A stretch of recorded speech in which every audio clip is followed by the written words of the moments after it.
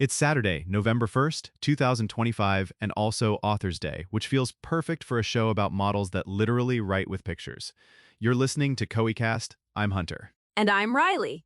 Today's episode is made completely with AI. We're test driving Microsoft Vibe Voice 7B. If a vowel wobbles, blame the robot. Or compliment it. We're stress testing vibes. All right, Emu3.5 from BAAI just landed. Open weights. Native multimodal. Claims better long-horizon reasoning across text and images, plus a speed hack called DiDA that could make image decoding way faster, not just a shiny image model. Native multimodal, as in it understands sequences where text and images interleave. So storyboards that talk back, annotated guides, product explainers with callouts.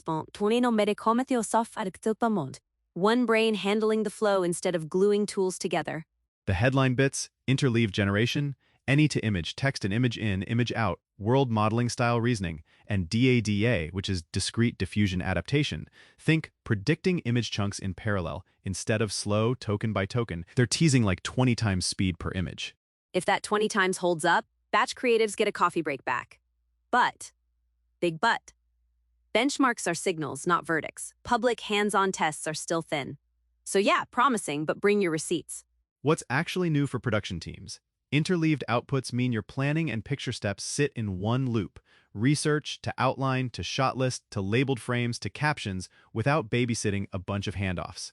I'll poke you, Hunter. Do we really need native interleaving, or can we just orchestrate a fast text model plus an image generator with a tight schema? Like, planner model writes the brief, then Emu executes the visuals. Totally fair. I'd still pair it with a smaller planner for reliability and cost, but having one model that maintains context across images and text could reduce drift. No wait, where'd the logo go in frame 4 moments?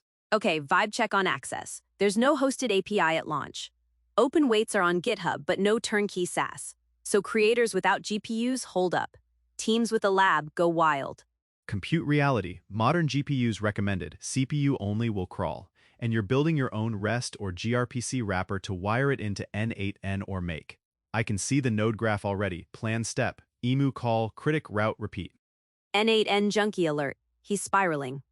But yes, the DIY connector story is today's truth.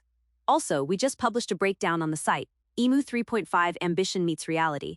If you read that and our multimodal content warehouse piece, the puzzle snaps.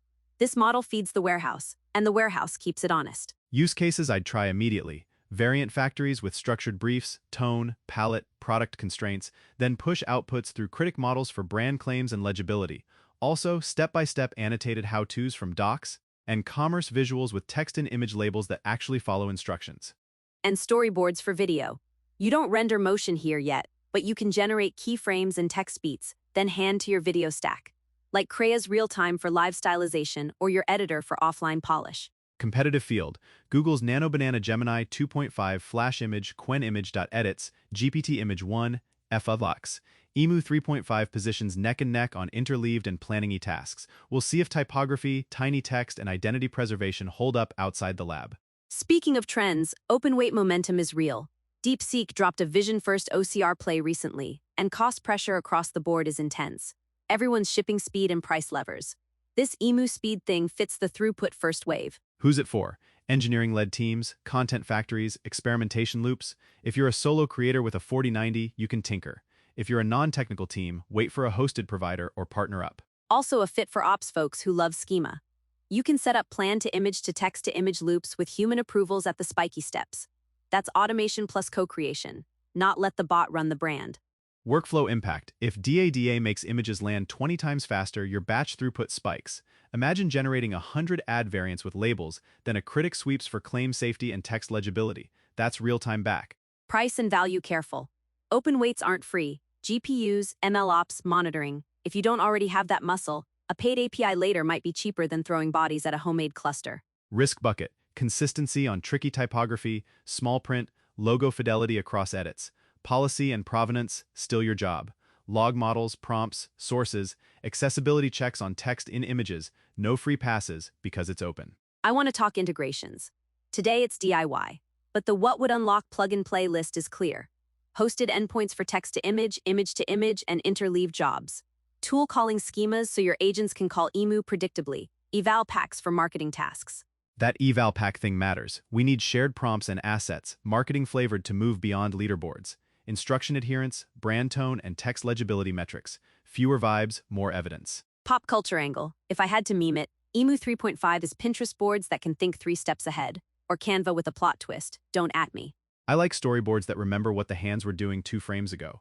World modeling is basically spatial and manipulation reasoning, less whiplash when scenes evolve. Benchmarks. Let's talk them without the nap factor. Emu looks strong on interleaved reasoning and open-ended manipulation tasks. Smaller edge on visual guidance and narrative. Translation. It plans pretty well, but we still need to test your brand fonts and weird edge cases. Today versus future? Today self-host from GitHub, wrap a REST API, batch tests, plug into N8N or Make, route through critics, human gate the risky bits. Future hosted APIs, direct CMS DAM connectors, usage caps, cost per asset budgeting baked in. And that's exactly where our warehouse article slots in. If you don't have a multimodal content warehouse, ingest, analyze, embed, retrieve, and route, you'll generate gorgeous chaos. The generator is only as good as its ingredients. Concrete pilot. 1 week, pick a product line. Create a structured brief schema, brand palette, copy tone, call-out rules. Run any to image variants in Emu3.5. Critic for legibility and claims. Human approve winners. Track cost per approved asset. Add one more. Support visuals. Feed a product doc, have Emu produce annotated steps. Critic for accuracy against a retrieval layer, accessibility pass. If it passes, schedule it to your help center. Boom, fewer tickets. Availability check, open weights yes. Hosted demo doesn't look like it yet. Hosted SaaS, no. Integrations, DIY. Compute, moderate to high. Non-technical teams, wait or partner. And competitive nerves? Anyone whose edge is we stitch text and images together carefully should pay attention. If Emu's interleave brain holds up, your bespoke glue might get outpaced. Quick guardrails reminder. Just because you can parallel predict images fast doesn't mean you skip policy. Make critics the default. Log provenance. Route high risk to humans. It's our whole human plus machine thing. Last fun bit. If you had to name a campaign format this unlocks, go. 3, 2. Interleaved launch playbooks. Plan, generate labeled hero visuals, spin social carousels, auto-draft alt text, then loop back on performance. One brain, multiple artifacts. Nice. I'll take UGC Remix Factory, pull customer screenshots, generate brand-safe overlays, composite variants that match the thread's tone. Critics catch claims. Humans pick the bangers. Before we land, today's been spicy on the blog too. Our Emu3.5 analysis just hit, and earlier this week we covered the content warehouse. If you're stitching a real pipeline, read both together. Facts. All right, that's our COE cast for Saturday, November 1st. Happy Author's Day to everyone turning outlines into worlds, now with pictures that think. Thanks for hanging with us. For more AI news and hands-on breakdowns, hit coe.com.resources. And don't forget to subscribe. Catch you next time. And if this episode sounded extra smooth, that's Microsoft Vibe Voice 7B behaving. If it didn't, still Vibe Voice. Bye.